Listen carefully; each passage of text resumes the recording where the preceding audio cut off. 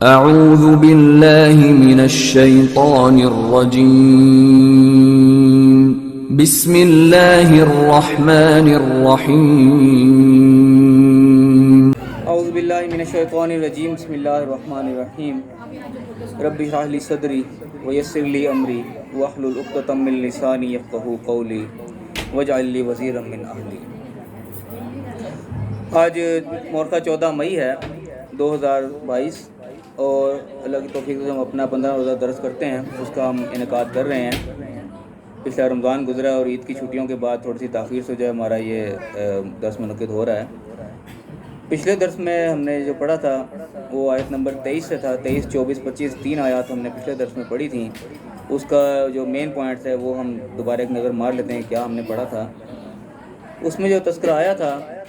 تو اس میں جو ہے حرمات ابدی جس کو کہا جاتا ہے، جو رشتے جو ہیں نکاح کے لیے جو حرام کیے گئے ہیں ابدی طور پہ، اس کا تذکرہ آیا تھا۔ ارشاد ہوا تھا اعوذ باللہ من الشیطان الرجیم بسم اللہ الرحمن الرحیم حرمت علیکم امہاتکم، کہ تمہاری مائیں جو ہیں وہ تم پر حرام کر دی گئیں، وہ بناتکم، تمہاری بیٹیاں اور تمہاری بہنیں اور تمہاری پھوپھیاں اور تمہاری خالائیں اور تمہاری بہن کی بیٹیاں اور بھائی کی بیٹیاں اور تمہاری وہ مائیں جنہوں نے تمہیں دودھ پلایا اور وہ رضاعت کے رشتے سے تمہاری بہنیں اور تمہاری عورتوں کی مائیں یعنی کہ ساسیں اور تمہاری وہ ربیبہ جن کو کہا جاتا ہے، وہ اولاد جو جن کو تم پرورش کر رہے ہو، تمہاری بیویوں کے پہلی جو ہے اولاد جو تمہاری پرورش میں ہے وہ، اور وہ بھی یعنی کہ اولاد ان کی جن سے تم عورتوں سے تم نے ازدواجی تعلق قائم کیا ہو، جن سے نہیں کیا ان کی اجازت ہے۔ اور فرمایا وہ جو کہ تمہارے اصل جو بیٹے ہیں، تمہارے حقیقی بیٹے ہو، ان کی بیویاں یعنی کہ بہویں، اور جو اس کے بعد یہ چیز کہ تم دو بہنوں کو اکٹھا جمع کرو، تو یہ تمام وہ لسٹ گنوائی گئی تھی کہ یہ تمام جو ہیں ابدی رشتے جو حرام ہیں ان سے نکاح نہیں ہو سکتا۔ اس کے بعد کہہ دیا کہ الا ما قد سلف، یہ الفاظ آئے۔ تو ان الفاظ سے ہم نے یعنی کہ ایک سبق چیز دیکھا تھا اس آیت سے کہ جب کسی معاشرے کے اندر نئی اصلاحات وغیرہ جو نافذ کی جاتی ہیں تو یہ کہ اس میں طریقہ کا اللہ تعالیٰ نے بیان کیا کہ آئندہ سے جو ہے چیزوں کو ممنوع کر دیا گیا، آئندہ سے جو ہے اور رکاوٹیں لگا دی گئیں جو ممنوع تھیں، لیکن پچھلی چیزوں کو نہیں چھیڑا گیا۔ الا ما قد سلف کا یہ کہہ دیا کہ جو ہو سکا جو ہو سکا۔ تو اس میں یعنی کہ ایک سبق اس چیز کا ملتا ہے کہ جب کسی معاشرے میں اصلاحات کی جائیں تو آگے سے جو ہے وہ جو ہے برائیاں ان کو روک لیا جائے، لیکن جو معاملہ پیچھے ہو چکے ہیں ان کو نہ چھیڑا جائے، ورنہ کئی اس قسم کے معاملات ہو جاتے ہیں جو کہ بہت سی پیچیدگیاں پیدا ہو جاتی ہیں۔ تو اس آیت سے ہم نے یہ سبق اخذ کیا تھا کہ پچھلے جو ہے وہ گڑے مردے اکھاڑنے والی بات وہ نہ کی جائے، آگے سے معاملات کو سدھار لیا جائے۔ جیسے اللہ نے کہا کہ جو ہو چکا آئندہ سے یہ کام نہیں کرنا، اور اللہ نے کہا کہ اللہ تعالیٰ بخشنے والا مہربان ہے، جو ہو چکا اللہ تعالیٰ بخش دے گا، آئندہ سے جو ہے وہ سیدھے ہو جائیں۔ اس کے بعد مزید لسٹ آگے چلی تھی، 5واں سپارہ بھی اس سے آغاز ہوا کہ وہ عورتیں جو کہ شادی شدہ یعنی کہ شوہر والی عورتیں وہ بھی حرام ہیں۔ اس میں ایک ایکسیپشن آئی تھی کہ جو کہ جنگی قیدی ہو کے آ جائیں، ان کے صرف اجازت تھی کہ وہ پیچھے چاہے شادی شدہ بھی ہوتی تھیں لیکن جو جنگی قیدی بن کے آ جاتی تھیں وہ اس لسٹ سے نکل جاتی تھی، ان سے نکاح ہو سکتا تھا۔ اس کو اللہ نے کہا کہ یہ چیزیں تم پر لکھ دی گئی ہیں، تمہیں لکھ کے تمہیں بتا دی گئی ہیں۔ اور اس کے بعد بتایا کہ اس کے علاوہ جتنی بھی ہیں وہ سب کے سب جو ہے وہ حلال ہیں۔ ایک لسٹ پوری گنوا کے اس کو بتایا کہ اس لسٹ کے علاوہ جتنی عورتیں بھی ہیں ان سے نکاح جو ہے وہ جائز ہے۔ اس کو فرمایا کہ یہ تم نکاح ان سے کرو اپنا مال خرچ کر کے، یعنی کہ مال کے بتایا کہ ایک پوری کی ذمہ داری ہے، خالی ویسے کوئی خالی کھلی کام نہیں ہے، تمہارا مال اس میں خرچ ہوگا، تم نے پوری ذمہ داری اٹھانی، ان کا نان نفقہ، ان کا آگے سارے معاملات جو ہیں وہ سارے اپنے مال کے ذریعے پہ تم نے پورے کرنے ہیں، اور ارادہ ہو گھر میں بسانے کا، صرف کوئی دوستیاں لگانا، کوئی شہوت پوری کرنا مسئلہ نہیں، بلکہ گھر میں بسانے کا معاملہ ہونا چاہیے۔ اس کے بعد اس کے مزید بتایا گیا کہ جن سے تم فائدہ اٹھا چکے ہو ان کو بھی تم کے حق مہر دو، یعنی کہ مہر کا بھی اس کے اندر تذکرہ آیا۔ تو یعنی کہ اس میں وہ چیز بتائی گئی کہ جن سے نکاح ہو چکے ہیں آلریڈی، جب احکامات اترے جا رہے ہیں ان سے پہلے بھی کوئی نکاح ہو چکے تھے تو ان کے بارے میں بتایا گیا جن سے فائدہ اٹھا چکے ہو ان کو بھی تم نے جو ہے مہر دینا ہے۔ اور اس میں یہ چیز آگئی کہ تم آپس میں رضامندی کے ساتھ تم کمی بیشی کر سکتے تو کر لو، مہر مقرر کرنے کے بعد ٹائم آگے پیچھے کرنا، یہ جو بھی آپس میں رضامندی سے کر لو، تو اس کی اجازت یہاں پہ اللہ تعالیٰ نے دی۔ اس سے یعنی کہ ایک سبق ہم نے یہ بھی حاصل کیا تھا کہ ہمارے ہاں جو نکاح کے موقع پہ جو موجل و غیر موجل والا معاملہ چلتا ہے تو اس آیت سے تھوڑی سی اس کی بھی دلیل نکلتی ہے کہ ٹھیک ہے جب طے ہو گیا ہے تو اس میں تھوڑی بہت کمی بیشی کے اللہ نے اجازت دی ہے کہ جتنا ہو اس ٹائم دو، باقی تھوڑی ڈیلے بھی اگر ہو جائے تو اس آیت سے اس کی دلیل نکلتی ہے کہ ڈیلے تھوڑا بہت کیا جا سکتا ہے، اللہ نے جس کی اجازت دی ہے کہ طے ہونے کے بعد تم اپنا معاملہ کر سکتے ہو رضامندی کے ساتھ۔ اس کے بعد پھر آخری آیت میں جو تھوڑا سا ایک مسئلہ یہ بیان ہوا کہ جو کہ تم میں سے اس چیز کی نہ رکھتا ہو استطاعت کے نکاح کو نبھانے کی جو ہے سارے جو ہے معاملات اس کے نان نفقے کے اٹھانے کی ہمت نہ رکھتا ہو، اس کے لیے ایک آپشن دی گئی تھی کہ وہ پھر جو مومن لونڈیاں جو ہوتی ہیں جو جنگی قیدی کے طور پہ جو غلام عورتیں آتی تھیں وہ ان سے بھی نکاح کر لے۔ اور اس میں اللہ نے کہا کہ اللہ تعالیٰ ایمان کو جانتا ہے، مقصد اس کا بھی ہو کہ جو نکاح کرے گا وہ اس کا مقصد بسانا ہی ہو، کہ وقتی طور ٹھیک ہے وہ اس قابل نہیں ہے کہ وہ نان نفقہ اٹھا سکے، تو وہ ان غلام عورتوں سے کرے گا، اس کا نان نفقہ یعنی کہ ان کے وہ جو ہیں مالکان وہی اٹھائیں گے، لیکن اس کی نیت ہوگی کہ جب بھی میں اس قابل ہوں گا تو میں اس کو بساؤں گا۔ اللہ تعالیٰ نے کہا کہ اللہ تو ہمارے ایمان سے خوب واقف ہے، تو اللہ تعالیٰ کہ ان کے جو اہل ہیں ان کی اجازت سے ان سے نکاح کرو، اور مقصد یہ ہو کہ بسانا، اور خالی کوئی دوستیاں جو چھپی چھپائی وہ چیز نہیں، اور فحاشی وغیرہ اس قسم کا معاملہ نہیں، بلکہ بسانے ہی ہو۔ تو اس کے بعد بتایا گیا اس کے باوجود وہ لڑکیاں جو ہیں غلام عورتیں اگر اس کے باوجود وہ فحاشی کریں گی تو ان کی سزا اللہ نے بتایا کہ وہ آدھی ہے، کیونکہ ان کے معاملات جس سے تھوڑے سے عام روٹین سے ہٹ کے تھے۔ اور اس کے بعد فرمایا کہ جو ہے ان کو جو سزا آدھی دی جائے گی، اور یہ اجازت صرف اس کے لیے دی جس کو کہ گناہ میں پڑ جانے کا اندیشہ ہو، کہ اس کے بغیر رہ نہ سکتا ہو، ورنہ تو اللہ نے کہا کہ صبر کرو تو بہتر ہے، تم پراپر طریقے سے نکاح جس طریقے سے سارا نان نفقہ اٹھانے کی ذمہ داری تم پوری اٹھاؤ، لیکن جو نہیں اٹھا سکتا اور اس کے بعد کوئی خطرہ ہے کہ وہ گناہ میں پڑ جائے گا، اس کے لیے یہ آپشن دی کہ غلام عورتوں سے تم نکاح کر لو، اس کے نان نفقہ کی ذمہ داری ان کے مالکان کی ہوگی جب تک وہ اس قابل نہیں ہوتا کہ اس کو اپنے گھر میں بسانے کے لائق ہو۔ تو اللہ نے کہا تم صبر کرو تو وہی تمہارے لیے بہتر ہے، اللہ تعالیٰ جو ہے وہ بخشنے والا مہربان ہے۔ تو یہ ہمارا اس میں پچھلا رکوع تھا جس کا موٹے موٹے جو ہے ہم نے لب لبا وہ دیکھ لیا کیا اس میں مین پوائنٹس تھے۔ اس کے بعد آئندہ ہم اگلے آیات سے یہاں پہ شروع کریں گے اپنا نیا درس جو ہے، اور یہ ہماری جو ہے آیت نمبر وہ چلے گی 26 سے ہم جو ہے اب اپنا اگلا حصہ شروع کرتے ہیں۔ اعوذ باللہ من الشیطان الرجیم، بسم اللہ الرحمن الرحیم۔ یرید اللہ لیبین لکم۔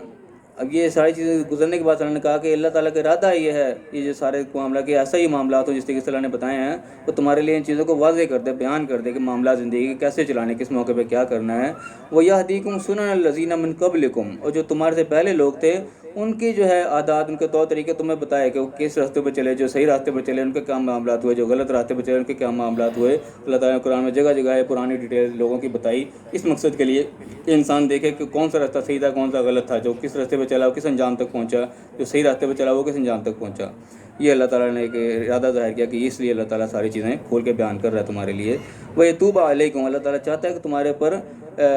تمہاری طرف نگاہ رحمت سے پلٹے تمہاری طرف جو ہے، واللہ علیم حکیم، اللہ تعالیٰ جاننے والا بھی ہے، حکمت والا بھی ہے۔ تو یعنی کہ ساری جو ڈیٹیل پچھلی گزری اس کے مقصد اللہ نے بیان کیا کہ تمہارے لیے چیزوں کو واضح کرنا چاہتا ہے، تمہیں پرانوں کے جو ہے راستے کو دکھانا چاہتا ہے وہ کن کن راستوں سے چلے تھے، تاکہ تم اس کے مطابق جو اپنے راستہ صحیح متعین کرو۔ اور کہ واللہ یرید ان یتوب علیکم، اللہ تو چاہتا ہے کہ تمہاری طرف نگاہ رحمت سے تمہاری طرف متوجہ ہو۔ وہ یرید الذین یتبعون الشہوات، لیکن جو لوگ خواہشات کی پیروی کرنے والے ہیں وہ کیا چاہتے ہیں، تمیلوا میلا عظیما، کہ تم بالکل جو ہے راستے سے ہٹ جاؤ، دور جا بھٹکو، یعنی کہ وہ تمہیں خواہشات کے پیچھے لگانے پہ لگے ہوئے ہیں، بجائے اس کے کہ اللہ کے احکامات کے اوپر چلا جائے۔ جو خواہشات کی پیروی کرنے والے لوگ ہیں وہ گویا کہ یہ چاہتے ہیں تم راستے سے دور کہیں بھٹک جاؤ کہ راستہ تم سے بالکل ہی گم ہو جائے۔ ایک تو ہے کہ بندہ قریب سے کہیں بھٹکا، اس کو پیچھے منزل نظر آئے، وہ دوبارہ واپس آ کے وہ میری منزل تو وہ تھی۔ ایک ہے کہ اتنا دور بھٹک جائے کہ انسان سے منزل گم ہی ہو جائے، اس کو پتہ ہی نہیں میں نے جانا کہاں ہے۔ تو جو خواہشات کی پیروی کے پیچھے چلا تھا تو گویا کہ اس طریقے سے کہ وہ بالکل ہی راستے سے نکل جائے گا، اس کو پتہ ہی نہیں کہ میں نے آیا کہاں سے تھا، میں نے جانا کہاں پہ تھا۔ تو اصل راستہ وہ ہے جو اللہ تعالیٰ بتا رہا ہے، جگہ جگہ ہنٹ دے رہا ہے، اس کے مطابق ہم نے چلنا ہے۔ اگر خواہشات کی پیروی کرتے رہے، اللہ کے حکموں کو دیکھا نہیں کیا ہے، تو راستے سے بھی اتنا دور نکل جائیں گے کہ واپسی ہی ممکن نہیں ہوگی۔ تو خواہشات کی پیروی کرنے والے وہ یہ چاہ رہے ہیں کہ ہم اس راستے میں نکل جائیں کہ واپسی ہی ممکن نہ رہے، لیکن اللہ تعالیٰ تمہارے اوپر جو ہے وہ پلٹنا چاہتا ہے، رحمت سے تمہاری طرف جو متوجہ ہونا چاہتے ہیں، اس لیے تمہیں جو ہے جگہ جگہ ہنٹ دے رہا ہے، بتا رہا ہے کیسے چلنا ہے۔ تمہیں یرید اللہ ان یخفف عنکم، اللہ کا ارادہ یہ اللہ چاہتا ہے کہ تمہارے ساتھ تخفیف کرے، تمہارے ساتھ نرمی والا معاملہ کرے۔ وہ خلق الانسان ضعیف، اور انسان کو تو ویسے ہی کمزور پیدا کیا گیا، انسان کے طبعی طور پر کمزور ہے۔ اللہ تعالیٰ کا ارادہ جو ہے وہ تخفیف کرنا ہے، کوئی بوجھ ڈالنے کا نہیں ہے۔ تخفیف کیسے، مثلا جگہ جگہ گائیڈ لائن دے رہا ہے اللہ تعالیٰ، یہ ایک قسم کی تخفیف ہے انسان کے لیے، انسان کے لیے آسانی ہے کہ انسان نے کس راستے پر جانا ہے اس کو پتہ لگے۔ جس طریقے سے ہم کہیں غیر علاقوں میں نکلتے ہیں جہاں ہم کبھی نہ گئے ہوئے ہوں، اب وہاں ہمیں پتہ نہیں جانا کہاں ہے، کبھی کسی سے پوچھنے کبھی کسی سے پوچھیں، انسان دھکے کھاتا ہے، وقت ضائع کرتا ہے۔ لیکن اگر کوئی گائیڈ لائن مل جائے، کوئی بتانے والا مل جائے، جس سے ہم ایک میپ آن کر لیتے ہیں، وہ ساتھ بتا رہا تھا کہ یہاں جانا ہے یہاں نہیں جانا، تو انسان کے لیے اتنی آسانی ہو جاتی ہے کہ انسان آسانی سے اپنی منزل تک پہنچتا ہے۔ تو یہ اللہ تعالیٰ کے جگہ جگہ ہنٹس دینا، یہ قسم کے گوگل میپ کی طرح ہماری رہنمائی کرتے ہیں، کس جگہ پہ ہم نے کیا جانا ہے، کس جگہ پہ ہمیں کدھر مڑنا ہے، وہ ہر جگہ رہنمائی مل رہی ہے۔ تو یہ اللہ کی تخفیف ہے کہ ہمیں اس نے جگہ جگہ جو ہے وہ ہنٹس دے دیے، جگہ بتا دی کہاں جانا ہے کہاں نہیں جانا، اور بتایا کہ انسان جو ہے طبعی طور پر ضعیف ہے، انسان کمزور ہے، تھک جاتا ہے انسان، یعنی کہ زیادہ تکلیفیں برداشت کرنے کے قابل نہیں ہے۔ اپنی کمزوری ہم ویسے دیکھ لیں کہ ہم موسم کی شدت برداشت نہیں کر سکتے، زیادہ گرمی ہو تو ہم سردی کی طرف بھاگتے ہیں، زیادہ سردی ہو تو ہم گرمی کی طرف بھاگتے ہیں۔ تو انسان یعنی کہ طبعی طور پہ اتنا کمزور ہے، تو یہ یعنی کہ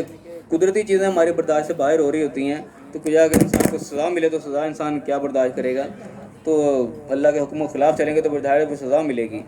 تو یہ اللہ تعالیٰ نے بتایا کہ اللہ تعالیٰ سب میں تخفیف چاہتا ہے تم سے، یہ کوئی بوجھ نہیں، اللہ کے جو پابندیاں لگائی ہیں اللہ تعالیٰ نے بتایا کہ یہاں پہ یہ نہ کرو وہ نہ کرو، یہ رکاوٹیں جو ہیں جس طریقے سے روڈ پہ لگے جگہ جگہ رکاوٹیں لگی ہوئی ہوتی ہیں، جگہ جگہ ہینڈس لگے ہوتے ہیں، ادھر نہیں مڑنا ادھر نہیں مڑنا، تو اس کو انسان بوجھ نہ سمجھے بلکہ انسان کے لیے آسانی کے لیے چیزیں پیدا کی جاتی ہیں۔ تو اللہ کے بھی جو احکامات ہیں اور جگہ جگہ جو اللہ نے روکا کئی چیزوں سے اور کئی طرح کا حکم دیا ہے، یہ انسان کے اوپر بوجھ نہیں ہے بلکہ انسان کے لیے تخفیف ہے، انسان کے لیے آسانی کا ذریعہ ہے کہ انسان صحیح ٹریک پہ جائے، ادھر ادھر ڈی ٹریک نہ ہو۔ اس کے بعد اگلی جو آیت آ رہی ہے وہ یعنی کہ اہم آیت ہے، خاص طور پہ یا الذین آمنوا والی آیت ہے۔ تو قرآن کو ہم جب بھی پڑھیں سب سے پہلی بات تو ہے کہ ہم اس کو جب بھی پڑھنے بیٹھیں ہم ہمیشہ ترجمہ سے پڑھیں، کوشش کریں، خالی یعنی کہ اس کو ثواب اکٹھا کرنے کے لیے، ثواب پہنچانے کے لیے نہ پڑھیں، ثواب تو ملنا ہی ملنا، اصل چیز جو ہے اس سے ثواب حاصل کرنے میں بلکہ رہنمائی حاصل کرنا ہے۔ تو جب بھی ہم پڑھیں ہم اس کو ترجمے سے پڑھیں، سمجھنے کے لائق پڑھیں، اور خاص طور پہ جہاں یا الذین آمنوا کے آیات ہیں وہاں پہ چاہیے کہ ہم اسپیشلی توجہ دیں، کیونکہ یہ پھر وہ آیات ہوتی ہیں جن کے اندر احکامات ہوتے ہیں، کوئی ڈو ہوتے ہیں یا ڈونٹس ہوتے ہیں، کام کیا کرنے کا حکم دیا ہوتا ہے یا کسی سے روکا گیا ہوتا ہے۔ تو اگلی آیت یا الذین آمنوا والی آ رہی ہے، یہ بھی یعنی کہ ڈونٹس کے اندر آتی ہے، اس میں چیز سے منع کیا گیا ہے۔ کیا اللہ تعالیٰ کہ یا الذین آمنوا اے ایمان والو لا تأکلوا اموالکم بینکم بالباطل، کہ آپس میں ایک دوسرے کا مال باطل طریقے سے نہ کھاؤ۔ اللہ تعالیٰ نے سارے مومنوں کو مخاطب کیا، جو بھی انسان ایمان کا دعوت کرتا ہے اس کو اللہ کا حکم ہے کہ ایک دوسرے کا مال جو ہے وہ باطل طریقے سے مت کھاؤ۔ اب یہ باطل طریقے کا لفظ یعنی کہ اتنا ایک جامع لفظ ہے کہ ہر چیز، ہر قسم کی جو ہے بےایمانی، شیطانی، دھوکہ، فراڈ، جو بھی چیز ہے وہ ہر چیز اس کے اندر آ جاتی ہے۔ تو جو بھی کام یعنی کہ مال کسی طریقے سے بھی کسی کو فراڈ کیا جائے گا، کسی کو دھوکہ دیا جائے گا، کسی کو جھوٹ بولا جائے گا، جو بھی چیز کہی جائے گی وہ اس باطل کے زمرے کے اندر آ جائے گی۔ تو کسی بھی طریقے کام جو ہے وہ اللہ نے منع کر دیا کہ لفظ کے اندر ہے کہ کوئی بھی مال جو ہے وہ باطل طریقے سے نہ کھاؤ، نہ کسی کو دھوکہ دو، نہ کسی کے ساتھ فراڈ کرو، نہ کسی کو آنکھوں میں مرچیں ڈالنے والی بات، نہ کوئی گول مول بات کر کے کسی کو الجھانے والی بات، جو بھی کام ہو سیدھی طرح جو ہم کھائیں گے اور طریقے سے وہ باطل کے زمرے میں جائے گا، اور وہ سیدھا اللہ نے دو ٹوک یہاں پہ منع کر دیا۔ تو جو اس راستے پہ جائے گا وہ سیدھا اللہ کی پکڑ میں آئے گا۔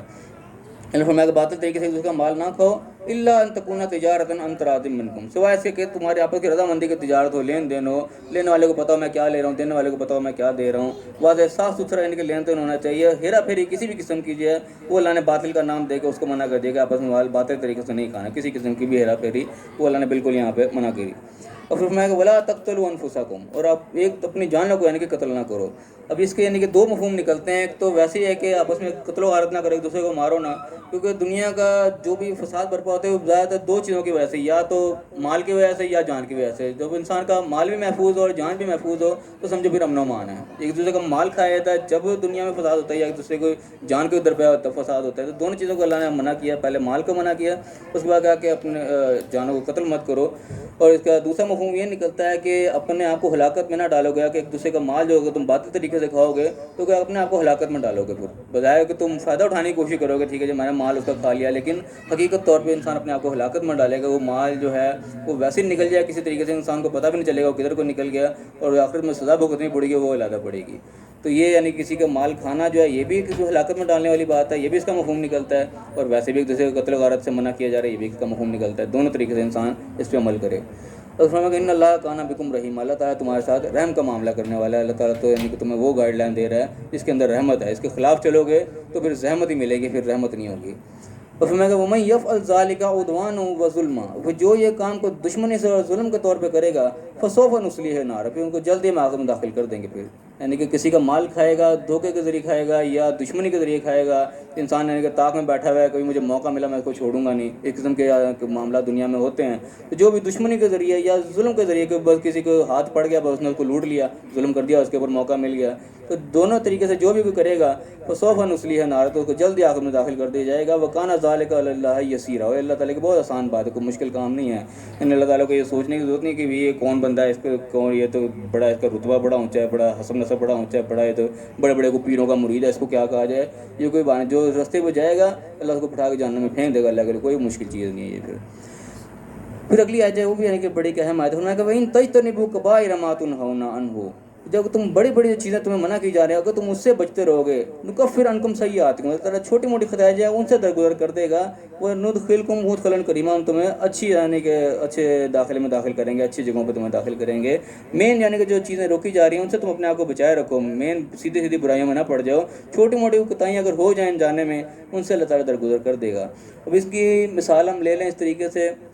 اپنی اپنی زندگی میں ہر ایک کی مختلف مثالیں قسم کی مل جائیں گی. بڑی خطائیں کیا ہوتی ہیں, چھوٹی موٹی غلطیاں کیا ہوتی ہیں. مثال کے طور پر ہم دیکھ لیں کہ اللہ تعالیٰ نے سب سے مین حکم دیا ہوا ہے کہ نماز کا ایک بڑا اہم حکم ہے, اور نماز کو نہ پڑھنا ایک وہ بڑے گناہ کے اندر شامل ہوتا ہے. تو اللہ تعالیٰ نے منع کیا ہوا نماز یعنی کہ ترک نہیں کرنی کسی صورت, تو اس کو ہم ترک نہ کریے, ایک مین حکم ہے. اس کے بعد کسی کے ساتھ یہ بےمانی دھوکہ فراڈ نہ کرنا, کسی کا مال ناحق نہ کھانا, اس قسم کی چیز, یہ ہے مین چیزیں جن کو خاص طور پہ جھوٹ بولنا. جیسے انسان کھڑا ہوا کہیں ہے, بتا رہا ہے جی میں تو فلانی جگہ کھڑا ہوں, یہ عام طور پہ ہمارے ہیں اس قسم کی برائیاں پائی جاتی ہیں. بیٹھے ہوئے گھر میں ہم فلائیں گے میں تو اسٹیشن پھر رہا ہوں, میں فلانی جگہ پھر رہا ہوں, ایک دوسرے کو گولیاں دینے کے لیے مختلف قسم کی باتیں کی جائے, سیدھا سیدھا جھوٹ ہے. یہ چیزیں جو ہے سیدھے ممنوعات میں آتی ہیں, ان چیزوں سے اپنے آپ کو سیدھا سیدھا بچاؤ. اس کے علاوہ چھوٹی موٹی چیزیں جو کوتاہیاں ہو جاتی ہیں, مثال کے طور پر کہ میں اپنے طور پہ بات کروں, اس طریقے سے میرے ساتھ ہوتا رہتا ہے کئی معاملات میں. جیسے ہم دکانداری کرتے ہیں, دکانداری میں اس طریقے سے ہماری اس قسم کی دکانداری ہے, لوگ آتے رہتے ہیں ایک دوسرے سے ہیلپ کے لیے, مثال کے طور پر لوگ چینج لینے آتے رہتے ہیں, ایک عام سی بات ہے یہ.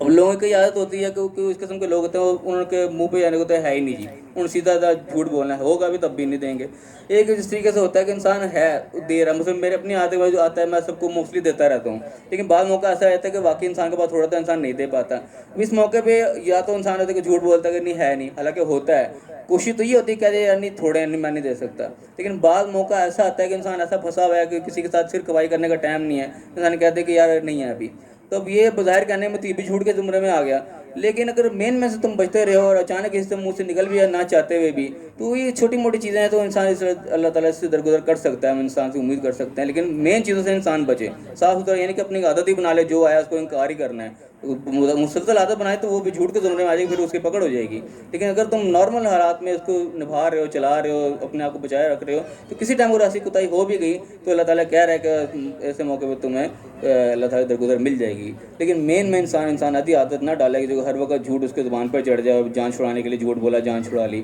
اس قسم کی چیز ہوگی تو پھر وہ پکڑ میں آئے گی, اس کے لگ تو معافی نہیں ملے گی. تو لڑکا کہ جو مین چیزوں سے اگر تم بچو گے, بڑے جو گناہ کبائر ہیں ان کو تم بچاؤ گے, تو چھوٹی موٹی اللہ تعالیٰ معاف کر دے گا. یہ اس قسم کے بہت ساری مثالیں لوگوں کی اپنی زندگی میں مل جاتی ہیں. اور بندہ اپنے اگر جھانکے تو اس کو کوئی نہ کوئی مثال ایسی مل جائے گی کہ بڑی غلطیاں کیا ہیں, چھوٹی غلطیاں کیا ہیں. اور فرمایا کہ ولا تتمنوا ما فضل اللہ بھی بعضکم علی بعض, اب اللہ تعالیٰ نے ایک دوسرے کو جو فضیلت دے رکھی ہے اس کی تم تمنا نہ کرو کہ اس کے پاس یہ ہے میرے پاس کیوں نہیں ہے. اور اس کے بعد یعنی کہ آگے عورتوں مردوں کا معاملہ آ رہا ہے, تو عورتوں کے اندر کچھ خصوصیات ہے جو مردوں میں نہیں ہے, مردوں کی خصوصیات جو عورتوں میں نہیں ہے. تو ایک دوسرے کی تمنا کرنے کی کوشش نہ کرو کہ عورتیں مردوں کی مشابہت کرنے چل پڑیں, مرد عورتوں کی مشابہت کرنے چل پڑیں, اس قسم کا وہ نہ کرو. للرجال نصیب مما اکتسبوا, جو مرد کمائیں گے ان کا حصہ ان میں سے ملے گا. وللنساء نصیب مما اکتسبن, جو عورتیں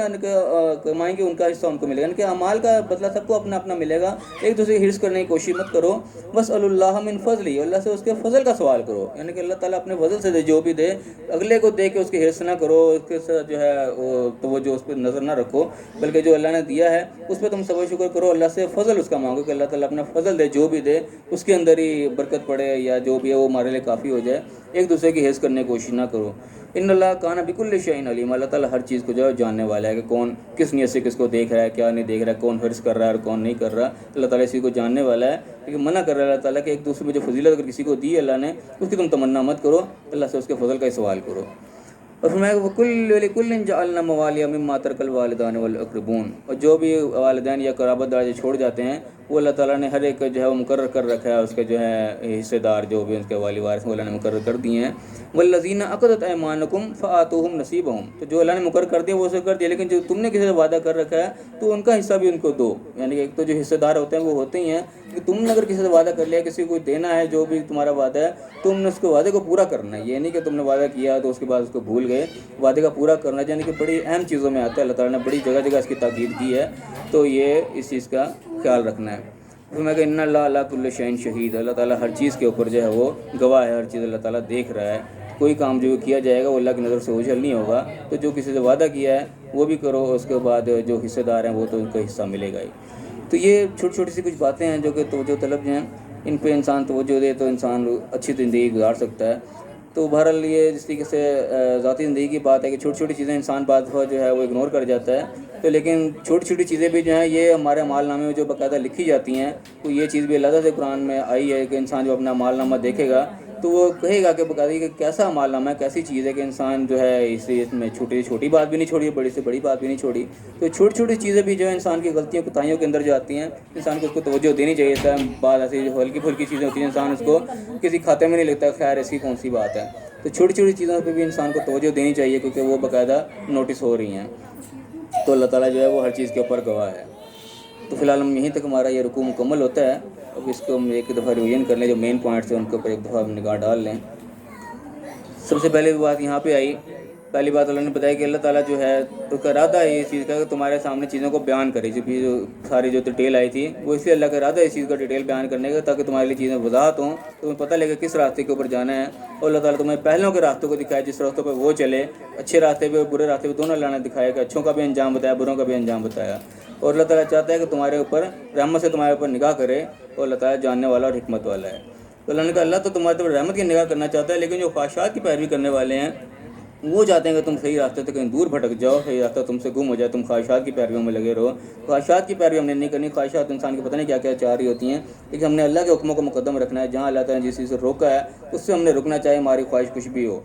اور فرمایا کہ اللہ تعالیٰ جو تھا تم سے تخفیف چاہتا ہے. یہ اللہ تعالیٰ کی رکاوٹیں جو ہیں یہ کوئی بوجھ نہیں ہے، یہ اللہ کی طرف سے تخفیف ہے، تمہارے لیے آسانی ہے. ان پہ نہیں رکو گے تمہارے اپنے آپ کو مشکلات میں ڈالو گے. تو اللہ نے تخفیف کی تم سے. اور انسان کو اللہ تعالیٰ نے قدرتی طور پہ کمزور پیدا ہوا ہے، انسان خود اپنے آپ کو جو مشکلات میں ڈال لیتا ہے جو کہ خود برداشت نہیں کر سکتا بعد میں. اس کو اللہ نے ہم سب سے بڑا حکم دیا کہ آپ اس میں ایک دوسرے کا مال جائے وہ باطل طریقے سے نہیں کھاؤ. تو یہ بات سب سے پہلی بات یاد رکھنے والی ہے کہ کسی بھی قسم کا جو طریقہ کار جو غلط راستے پہ جائے گا وہ ہم نے استعمال نہیں کرنا. طریقہ کار وہی جو آپس میں رضامندی کے ساتھ تجارت ایک دوسرے کا لین دیں، کہ لینے والے کو ہی پتہ ہو، دینے والے کو ہی پتہ ہو کہ نہ حق نہیں میرا جا رہا، میں جو لے رہا ہوں حق لے رہا ہوں، دینے والے کو پتہ میں جو دے رہا ہوں حق چیز دے رہا ہوں. اس کے علاوہ جو بھی ناجائز رستہ اللہ نے اس کو یہاں پہ منع کر دیا کہ تم نے نہیں کرنا، اور اپنے آپ کو ہلاکت میں نہیں ڈالنا. مال ناجائز کھانا اپنے آپ کو ہلاکت میں، اور ویسے بھی قتل و غارت کو منع کیا کہ آپس میں قتل و غارت مت کرو. یہ چیزیں جو ہیں یعنی کہ سارے کی ساری دنیا کے نظام کو تباہ کرتی ہیں. ایک دوسرے کا مال کھانا، ایک دوسرے کی جان کو درپے ہونا. فرمایا اللہ تعالیٰ ہر چیز کے اوپر جو ہے وہ جاننے والا ہے، وہ رحم کرنے والا ہے تمہارے معاملے میں. اور فرمایا کہ جو پھر یہ کام کرے گا دشمنی سے یا ظلم سے، یعنی کہ ظلم کر کے کسی کے ہاتھ کے نیچے آ کے اس کے ساتھ ظلم کر دیا یا کوئی دشمنی نبھائی، جو بھی اس کام کو کرے گا جو اللہ نے منع کیا ہے تو اللہ تعالیٰ اس کو آگ میں جھونک دے گا. اور یہ کام اللہ تعالیٰ کے آسان ہے، اللہ اس معاملے میں کوئی پیچھے نہیں ہٹے گا. اب فرمایا کہ تم جو اہم چیز یہ کیا ہے کہ بڑے بڑے گناہوں سے جو تمہیں منع کیا جا رہا ہے اس سے تم بچو، یعنی کہ مال نہ حق کھانا. اس کے باوجود یعنی کہ انسان بچتا بچاتے بعد میں کوئی چھوٹا موٹا ہو بھی جاتا ہے، لیکن انجانے میں کوئی ہوگا تو اللہ معافی دے گا. لیکن جو جان بوجھ کے کرے گا اس کی معافی کوئی نہیں ہے. وہ اللہ کرے گا بڑے بڑی چیزوں سے تم بچو گے جو تم واضح طور پہ منع کی جا رہی ہیں. چھوٹی موٹی کوئی کوتاہی ہوگی تو اللہ تعالیٰ ادھر سے درگزر کر دے گا اور تمہیں عزت والی جگہوں میں داخل کرے گا. پھر جو بتایا کہ ایک دوسرے کو جو فضیلت ایک دوسرے نے دی ہے اس کے اوپر نظر نہ رکھو، ایک دوسرے کی تمنا مت کرو کہ یہ چیز کے پاس ہے تو میرے پاس کیوں نہیں ہے. دنیا میں ایک دوسرے کا لالچ حسد یعنی جس چیز سے پیدا ہوتا ہے اس سے توجہ دلا رہا ہے اللہ تعالیٰ کہ یہ کام تم نے نہیں کرنا. مردوں کے لیے ان کے کمائی کا حصہ ہے، عورتوں کے لیے ان کی کمائی کا حصہ ہے. جو چیزیں جس کو دی ہیں وہ اپنے اس کے اوپر چلے اور اللہ سے اس کے فضل کا سوال کرے کہ اللہ جو دے اپنے فضل سے ہمیں دے، ایک دوسرے کے ساتھ حسد ہم نے نہیں کرنا. اور فرمایا کہ اللہ تعالیٰ ہر چیز کا جو ہے وہ جاننے والا ہے. اور فرمایا کہ اللہ تعالیٰ جو نے مقرر کر رکھے ہیں وہ جو بھی حقدار ہیں جو کہ مالوں کے قریبی یا والدین چھوڑ کے جاتے ہیں وہ تو حقدار اللہ نے مکمل کر دیے ہیں، لیکن جو اس پہ تم نے وعدہ کر لیا ہے کوئی وہ بھی تم نے اس کو وعدہ پورا کرنا ہے. وعدہ خلافی یعنی کہ ہماری چیزیں بڑی عام پائی جاتی ہیں لیکن اللہ تعالیٰ گنوا کے ان چیزوں کو منع کر رہا ہے کہ وعدہ خلافی نہیں تم نے کرنی. جو وعدہ کسی سے کیا ہے اس کا حصہ اس کو دینا ہے، جو کہہ دیا وہ کرنا ہے پورا. اور اللہ تعالیٰ ہر چیز کے اوپر گواہ ہے، وہ دیکھ رہا ہے تم کیا وعدہ نبھا رہے ہو کیا نہیں نبھا رہے. دیکھ رہا ہے ظاہر پہ اس سے پوچھے گا بھی، جواب بھی دینا پڑے گا. فی الحال ہم یہیں تک پڑھیں گے. جو صحیح اللہ نے بات بتائی ہمیں صحیح سمجھنے کی، صحیح عمل کرنے کی توفیق عطا فرمائے اور دنیا آخرت دونوں جگہ کامیاب فرمائے. آمین وآخر دعوانا الحمدللہ.